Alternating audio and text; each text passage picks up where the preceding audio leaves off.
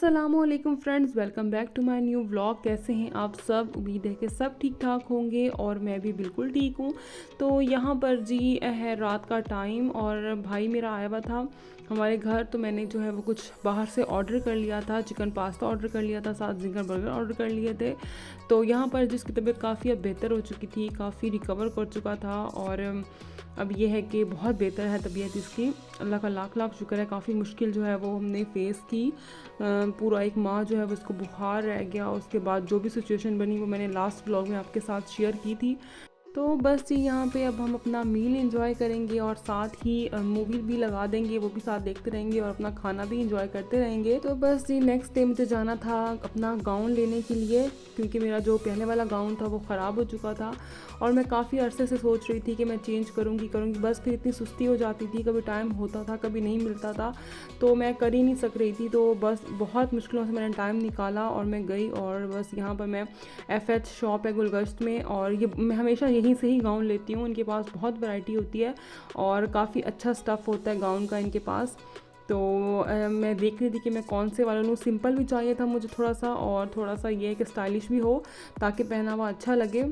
तो बहुत सारे कलर थे, बहुत खूबसूरत कलर भी थे, सिंपल कलर्स भी थे और हर तरह की, जिस तरह हम ऑनलाइन देखते हैं आजकल। ऑनलाइन जो गाउन सेल करते हैं वो बहुत ज़्यादा कॉस्टली होते हैं, हालांकि यही स्टफ़ होता है, यही डिज़ाइन होते हैं। जो गाउन यहाँ पे 2500 का या 3000 का मिल रहा होता है, तो वही ऑनलाइन जो सेल करते हैं वो तकरीबन 4000 5000 तक के गाउन सेल कर रहे होते हैं। हालांकि वही चीज़ होती है, स्टफ़ भी वही होता है और इसके अलावा स्टाइल भी वैसा ही होता है। तो एक ये वाला मैंने गाउन लिया है, बिल्कुल सिंपल सा है, मुझे बिल्कुल सिंपल में ही चाहिए था और इसके बाजू भी मुझे काफ़ी अच्छे लगे थे और इसका कलर जो है वो रियल में बहुत खूबसूरत है, वीडियो में इतना अंदाज़ा नहीं हो रहा। ये मुझे मिला था 2800 रुपीज़ का विदाउट स्टॉलर, और स्टॉलर जो है वो मैंने अलग से लिया था। और जी यहाँ तक रूटीन लाइफ की बिल्कुल सही जा रही थी। अब भाई की तबीयत भी काफ़ी बेहतर हो गई थी, अब बिल्कुल माशाल्लाह ठीक हो गया था वो। तो हम थोड़े से रिलैक्स हो गए थे। तो अचानक ही एक और बहुत बड़ी मुश्किल हम पे आ पड़ी। वो क्या थी मैं आपको आगे चल के बताती हूँ। और वो ये थी कि मेरे अब्बू की तबीयत बहुत ज़्यादा ख़राब हो गई थी। उनको जो है वो प्रोस्टेट इन्फेक्शन हो गया था, बहुत ज़्यादा उसका लेवल बढ़ चुका था, जिसकी वजह से उनकी यूरिन में ब्लड ही आ रहा था, क्लॉटिंग ही आ रही थी और यूरिन तो आ ही नहीं रहा था।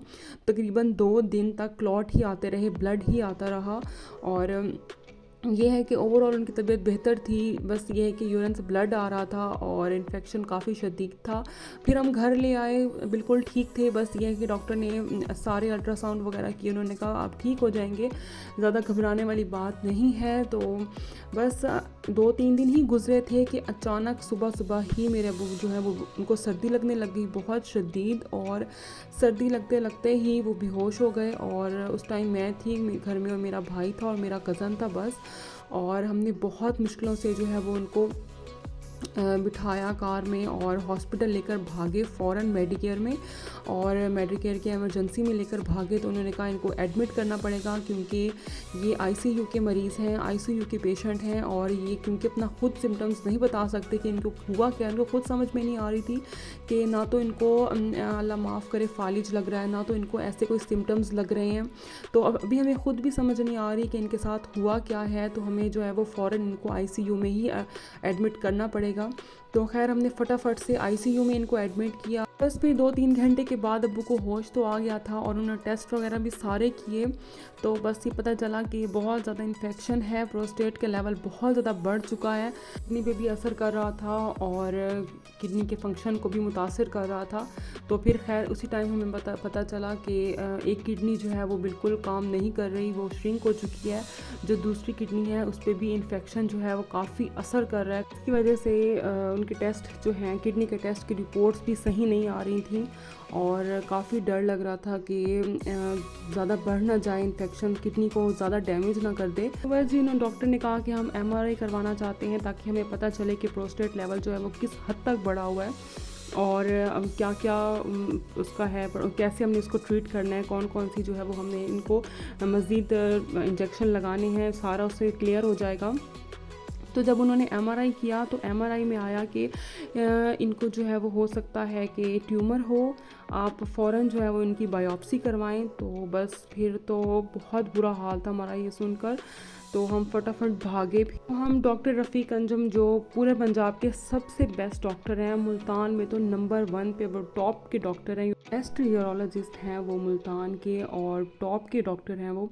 खैर उनसे तो नंबर लेना भी बहुत मुश्किल होता है, 2-2 3-3 माह वो नंबर ही नहीं मिलता उनका। तो ये है कि हमारा कुछ रेफरेंस थे जिसकी वजह से हमें काफ़ी जल्दी फ़ौरन ही नंबर मिल गया था। ये है कि रात के टाइम उनको कोई काम आ गया था, इसलिए वो रात के टाइम चले गए थे, तो दिन में उन्होंने हमें टाइम दे दिया था। जब उन्होंने एग्ज़ामिन किया तो उन्होंने कहा कि मुझे ऐसा कुछ भी नहीं लग रहा। अक्सर ऐसा होता है कि एमआरआई की रिपोर्ट्स वो गलत होती हैं। तो फिर खैर उन्होंने कहा कि आप लाहौर से बायोप्सी करवाएं, कंफर्म करवा लें, बहुत अच्छा होता है। इससे ये है कि इंसान को एक तसल्ली सी हो जाती है। बस ही फिर लाहौर गए, लाहौर से बायोप्सी हुई, फिर 10 दिनों के बाद, आई थिंक 10 या 15 दिनों के बाद रिपोर्ट्स आईं और उसमें अल्लाह का शुक्र है कि ऐसा कुछ भी नहीं था। और बस ये कि प्रोस्टेट लेवल की वजह से इन्फेक्शन इतना शदीद था कि जिसकी वजह से एमआरआई में इस तरह से शक ज़ाहिर हुआ। तो हमने अल्लाह का लाख लाख शुक्र अदा किया। लेकिन वो जो टाइम था, तो वो टाइम जो था वो बहुत ज़्यादा टफ़ था, बहुत ज़्यादा टफ़ था। मैं ऐसी बंदी हूँ कि अगर मेरे अब्बू को बुखार भी हो जाता था तो मैं रो रो के बुरा हाल कर देती थी और बहुत मुझे टेंशन हो जाती थी, मेरा सर फटने लग जाता था कि बुखार क्यों हो गया इनको, बुखार क्यों हो गया इनको। लेकिन जब आप इतनी तकलीफ़ में देखते हो और कुछ भी नहीं कर सकते, आप इतने बेबस होते हो और इतनी ज़्यादा इंसान को उस टाइम फ़ील होता है कि इंसान कितना बेबस है, कितना मजबूर है, वो सिर्फ़ दुआ के अलावा वो कुछ भी नहीं कर सकता, कुछ भी नहीं है उसके बस में। तो हम बहुत ज़्यादा परेशान थे, बहुत मुश्किल वक्त था वो। खैर अल्लाह ताला का लाख लाख शुक्र है कि अल्लाह ताला ने उस मुश्किल वक्त से हमें निकाल दिया। और उसी टाइम पता चलता है इंसान को कि जब माँ बाप में से कोई आपका बीमार होता है, ख़ासकर बाप बीमार होता है जब, तो फिर आपको अंदाज़ा होता है कि दुनिया होती क्या चीज़ है, लोग होते क्या हैं, लोगों के असल चेहरे क्या होते हैं। और उसी मुश्किल वक्त में आप एक एक चीज़ हर इंसान की नोट कर रहे होते हो कि एक इंसान का हमारे साथ कैसा बिहेव है, वो कौन हमारे साथ मुश्किल वक्त में कौन खड़ा है, कौन नहीं खड़ा। तो ये है कि ये चीज़ें बहुत ज़्यादा आप फ़ील कर रहे होते हो।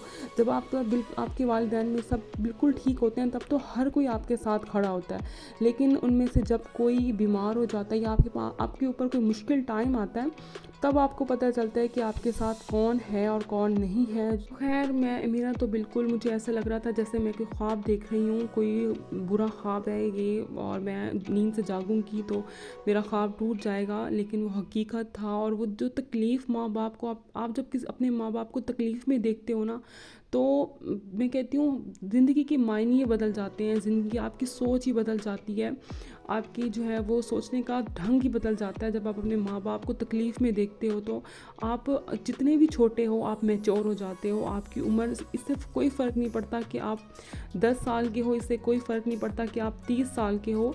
जब आपके ऊपर आती है, जब आपके माँ बाप में से कोई बीमार होता है तो आप खुद ब खुद ही मैच्योर हो जाते हो। और मेरा भाई जो है वो तकरीबन 17-18 साल का है, बहुत छोटा है मुझसे, लेकिन वो उसने इस तरह से संभाला सब कुछ कि जैसे कोई 30-40 साल का मर्द संभालता है। और मैं तो बस 24 घंटे रोती ही रही, मुझे तो कोई होश ही नहीं था, मुझे तो कुछ समझ ही नहीं आ रही थी। मैं तो बहुत ज़्यादा परेशान, मतलब जैसे एक तो इंसान परेशान होता है, एक इंसान बिल्कुल अपने हाथ पाँव छोड़ देता है, मैं बिल्कुल वैसी हो गई थी। और सब मुझे तसल्ली देते थे, मेरे भाई, मेरे हस्बैंड, मेरी अम्मी, सब मुझे तसल्ली देते थे, लेकिन मुझे कुछ समझ ही नहीं आ रही थी। मैं 24 घंटे रोती रहती थी।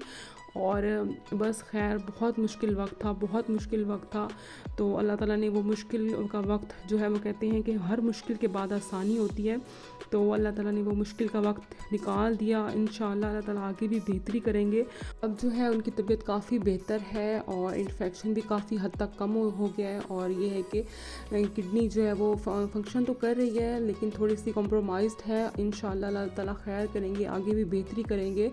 और आप लोग मेरे अब्बू के लिए बहुत बहुत दुआ कीजिएगा कि उनको अल्लाह ताला लंबी ज़िंदगी दे, उनका साया हमेशा हमारे सरों पर कायम रहे। और अल्लाह ताला हर इंसान के माँ बाप को लंबी ज़िंदगी दे। माँ बाप हैं तो आपकी ज़िंदगी में सारी रौनकें हैं, माँ बाप हैं तो आपकी ज़िंदगी में सारी खुशियाँ हैं। तो अपना पहना खाया सब कुछ अच्छा लगता है जब आपके माँ बाप सेहतमंद होते हैं, ठीक होते हैं। اور وہ آپ کے ساتھ ہوتے ہیں، آپ زندگی کی ہر چیز کو انجوائے کرتے ہو۔ بس میری یہی دعا ہے کہ اللہ تعالیٰ سب کے ماں باپ کو ہمیشہ صحت اور تندرستی کے ساتھ لمبی زندگی عطا کریں، آمین۔ آپ سب لوگوں نے میرے ابو کے لیے بہت ساری دعائیں کرنی ہیں، بہت ساری دعائیں کرنی ہیں کہ اللہ تعالیٰ ان کو لمبی زندگی دیں۔ بس یہیں تک تھا میرا آج کا ولاگ، میں اب آپ سے ملوں گی انشاءاللہ اپنے نیکسٹ ولاگ میں۔ تب تک مجھے، میرے ابو کو، میری پوری فیملی کو اپنی دعاؤں میں یاد رکھیے گا۔ آپ سے ملاقات ہوگی اب انشاءاللہ نیکسٹ ویڈیو میں، تب تک کے لیے اللہ حافظ۔